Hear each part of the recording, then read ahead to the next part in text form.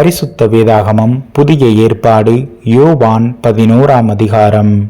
மரியாளும் அவள் சகோதரியாகிய மார்த்தாளும் இருந்த பெத்தானியா கிராமத்தில் உள்ளவனாகிய லாசரு என்னும் ஒருவன் வியாதிப்பட்டு இருந்தான். கர்த்தருக்கு பரிமள தைலம் பூசி தன் தலைமயிரால் அவருடைய பாதங்களை துடைத்தவள் அந்த மரியாளே. அவளுடைய சகோதரனாகிய லாசரு வியாதியாயிருந்தான். அப்பொழுது அவனுடைய சகோதரிகள், ஆண்டவரே, நீர் சிநேகிக்கிறவன் வியாதியாயிருக்கிறான் என்று சொல்ல அவரிடத்திற்கு ஆள் அனுப்பினார்கள்.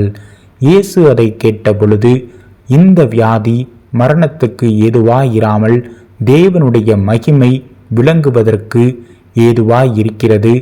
தேவனுடைய குமாரனும் அதனால் மகிமைப்படுவார் என்றார். இயேசு மார்த்தாளிடத்திலும் அவளுடைய சகோதரரிடத்திலும் லாசருவினிடத்திலும் அன்பாயிருந்தார்.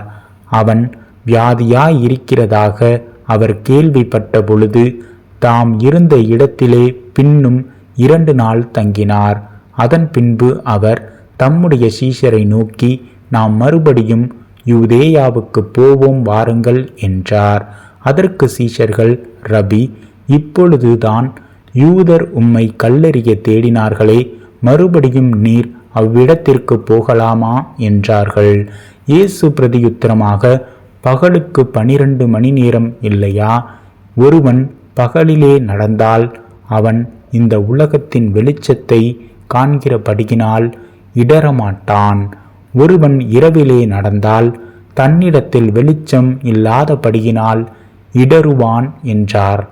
இவைகளை அவர் சொல்லிய பின்பு அவர்களை நோக்கி, நம்முடைய சிநேகிதனாகிய லாசரு நித்திரை அடைந்திருக்கிறான், நான் அவனை எழுப்பப் போகிறேன் என்றார். அதற்கு அவருடைய சீஷர்கள், ஆண்டவரே, நித்திரை அடைந்திருந்தால் சுகமடைவான் என்றார்கள். இயேசுவானவர் அவனுடைய மரணத்தை குறித்து அப்படி சொன்னார். அவர்களோ நித்திரை செய்து இளைப்பாறுகிறதை குறித்து சொன்னார் என்று நினைத்தார்கள். அப்பொழுது இயேசு அவர்களை நோக்கி, லாசரு மரித்து போனான் என்று வெளிப்படையாய் சொல்லி, நான் அங்கே இராததினால் நீங்கள் விசுவாசமுள்ளவர்களாயிருக்கிறதற்கு ஏது உண்டென்று உங்கள் நிமித்தம் சந்தோஷப்படுகிறேன். இப்பொழுது அவனிடத்திற்கு போவோம் வாருங்கள் என்றார். அப்பொழுது திதிமு எனப்பட்ட தோமா மற்ற சீஷர்களை நோக்கி, அவரோடே கூட மரிக்கும்படி நாமும் போவோம் வாருங்கள் என்றான். இயேசு வந்தபோது அவன் கல்லறையில் வைக்கப்பட்டு 4 நாளாயிற்றென்று கண்டார். பெத்தானியா ஊர் எருசலேமுக்கு சமீபமாய் ஏறக்குறைய 2 மைல் தூரத்தில் இருந்தது. யூதரில் அநேகர் மார்த்தாள் மரியாள் என்பவர்களுடைய சகோதரனை குறித்து அவர்களுக்கு ஆறுதல் சொல்லும்படி அவர்களிடத்தில் வந்திருந்தார்கள். இயேசு வருகிறார் என்று மார்த்தாள் கேள்விப்பட்டபோது அவருக்கு எதிர்கொண்டு போனாள். மரியாளோ வீட்டிலே உட்கார்ந்திருந்தாள். மார்த்தாள் இயேசுவினிடத்தில் வந்து, ஆண்டவரே, நீர் இங்கேயே இருந்தீரானால் என் சகோதரன் மரிக்க மாட்டான். இப்பொழுதும் நீர் தேவனிடத்தில் கேட்டுக்கொள்வதெதுவோ அதை தேவன் உமக்கு தந்தருளுவார் என்று அறிந்திருக்கிறேன் என்றாள். இயேசு அவளை நோக்கி, உன் சகோதரன் உயிர்த்தெழுந்திருப்பான் என்றார். அதற்கு மார்த்தாள், உயிர்த்தெழுந்தால் நடக்கும் கடைசி நாளிலே அவனும் உயிர்த்தெழுந்திருப்பான் என்று அறிந்திருக்கிறேன் என்றாள். இயேசு அவளை நோக்கி, நானே உயிர்த்தெழுதலும் ஜீவனுமாயிருக்கிறேன். என்னை விசுவாசிக்கிறவன் மரித்தாலும் பிழைப்பான். உயிரோடு இருந்து என்னை விசுவாசிக்கிறவன் எவனும் என்றென்றைக்கும் மறியாமலும் இருப்பான்.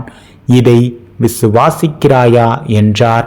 அதற்கு அவள், ஆம் ஆண்டவரே, நீர் உலகத்தில் வருகிறவரான தேவகுமாரனாகிய கிறிஸ்து என்று நான் விசுவாசிக்கிறேன் என்றாள்.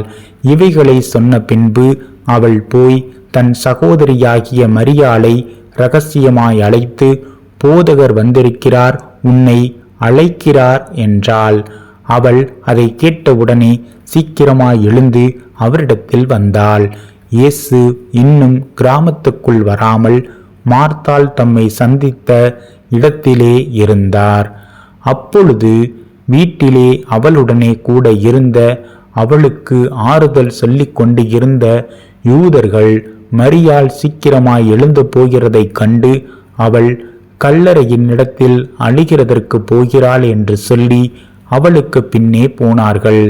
இயேசு இருந்த இடத்தில் மரியாள் வந்து அவரை கண்டவுடனே அவர் பாதத்தில் விழுந்து, ஆண்டவரே, நீர் இங்கே இருந்தீரானால் என் சகோதரன் மரிக்க மாட்டான் என்றாள்.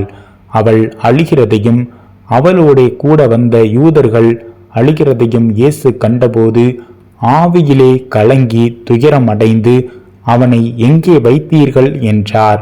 ஆண்டவரே, வந்து பாரும் என்றார்கள். இயேசு கண்ணீர் விட்டார். அப்பொழுது யூதர்கள், இதோ இவர் அவனை எவ்வளவாய் சிநேகித்தார் என்றார்கள். அவர்களில் சிலர், குருடனுடைய கண்களை திறந்த இவர் இவனை சாகாமலிருக்க பண்ணவும் கூடாதா என்றார்கள். அப்பொழுது இயேசு மறுபடியும் தனக்குள்ளே கலங்கி கல்லறையின் இடத்திற்கு வந்தார். அது ஒரு குகையாயிருந்தது. அதன் மேல் ஒரு கல் வைக்கப்பட்டு இருந்தது. இயேசு, கல்லை எடுத்து போடுங்கள் என்றார். மரித்தவனுடைய சகோதரியாகிய மார்த்தாள் அவரை நோக்கி, ஆண்டவரே, இப்பொழுது நாருமே 4 நாளாயிற்றே என்றாள். இயேசு அவளை நோக்கி, நீ விசுவாசித்தால் தேவனுடைய மகிமையை காண்பாய் என்று நான் உனக்கு சொல்லவில்லையா என்றார். அப்பொழுது மரித்தவன் வைக்கப்பட்ட இடத்தில் இருந்த கல்லை எடுத்து போட்டார்கள். இயேசு தம்முடைய கண்களை ஏறெடுத்து, பிதாவே, நீர் எனக்கு செவி கொடுத்தபடியினால் உம்மை ஸ்தோத்தரிக்கிறேன். நீர் எப்பொழுதும் எனக்கு செவி கொடுக்கிறீர் என்று நான் அறிந்திருக்கிறேன். ஆனாலும் நீர் என்னை அனுப்பினதை சூழ்ந்து நிற்கும் ஜனங்கள் விசுவாசிக்கும்படியாக அவர்கள் நிமித்தம் இதை சொன்னேன் என்றார். இவைகளை சொன்ன பின்பு, லாசருவே, வெளியே வா என்று உரத்த சத்தமாய் கூப்பிட்டார். அப்பொழுது மரித்தவன் வெளியே வந்தான். அவன் கால்களும் கைகளும் பிரேத சீலைகளினால் கட்டப்பட்டு இருந்தது. அவன் முகமும் சீலையால் சுற்றப்பட்டு இருந்தது. இயேசு அவர்களை நோக்கி, இவனை கட்டவிழ்த்து விடுங்கள் என்றார். அப்பொழுது மரியாளிடத்தில் வந்திருந்து இயேசு செய்தவைகளை கண்டவர்களாகிய யூதர்களில் அநேகர் அவரிடத்தில் விசுவாசமுள்ளவர்களானார்கள். அவர்களில் சிலர் பரிசேயரிடத்தில் போய் இயேசு செய்தவைகளை அவர்களுக்கு அறிவித்தார்கள். அப்பொழுது பிரதான ஆசாரியரும் பரிசேயரும் ஆலோசனை சங்கத்தை கூடிவர செய்து, நாம் என்ன செய்கிறது?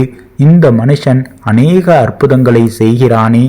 நாம் இவனை இப்படி விட்டுவிட்டால் எல்லாரும் இவனை விசுவாசிப்பார்கள். அப்பொழுது ரோமர் வந்து நம்முடைய ஸ்தானத்தையும் ஜனத்தையும் அழித்து போடுவார்களே என்றார்கள். அப்பொழுது அவர்களில் ஒருவனும் அந்த வருஷத்துக்கு பிரதான ஆசாரியனுமாகிய காய்பா என்பவன் அவர்களை நோக்கி, உங்களுக்கு ஒன்றும் தெரியாது.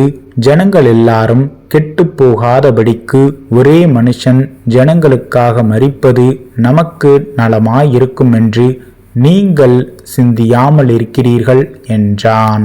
இதை அவன் சுயமாய் சொல்லாமல் அந்த வருஷத்து பிரதான ஆசாரியனானபடியினாலே இயேசு யூத ஜனங்களுக்காக மரிக்கப் போகிறார் என்றும், அந்த ஜனங்களுக்காக மாத்திரமல்ல, சிதறி இருக்கிற தேவனுடைய பிள்ளைகளை ஒன்றாக சேர்க்கிறதற்காகவும் மரிக்கப் போகிறார் என்றும் தீர்க்க தரிசனமாய் சொன்னான். அந்த நாள் முதல் அவரை கொலை செய்யும்படி ஆலோசனை பண்ணினார்கள். ஆகையால் இயேசு அதன் பின்பு வெளியரங்கமாய் யூதருக்குள்ளே சஞ்சரியாமல் அவ்விடம் விட்டு வனாந்திரத்துக்கு சமீபமான இடமாகிய எப்பிராயம் எனப்பட்ட ஊருக்கு போய் அங்கே தம்முடைய சீஷருடனே கூட தங்கியிருந்தார். யூதருடைய பாஸ்கா பண்டிகை சமீபமாயிருந்தது. அதற்கு முன்னே அநேகர் தங்களை சுத்திகரித்து கொள்ளும் பொருட்டு நாட்டிலிருந்து எருசலேமுக்கு போனார்கள். அங்கே அவர்கள் இயேசுவை தேடிக்கொண்டு தேவ ஆலயத்தில் நிற்கையில் ஒருவரையொருவர் நோக்கி, உங்களுக்கு எப்படி தோன்றுகிறது, அவர் பண்டிகைக்கு வரமாட்டாரோ என்று பேசிக்கொண்டார்கள். பிரதான ஆசாரியரும் பரிசேயரும் அவரை பிடிக்கும்படி யோசித்து, அவர் இருக்கிற இடத்தை எவனாவது அறிந்திருந்தால் அதை அறிவிக்க வேண்டுமென்று கட்டளையிட்டு இருந்தார்கள்.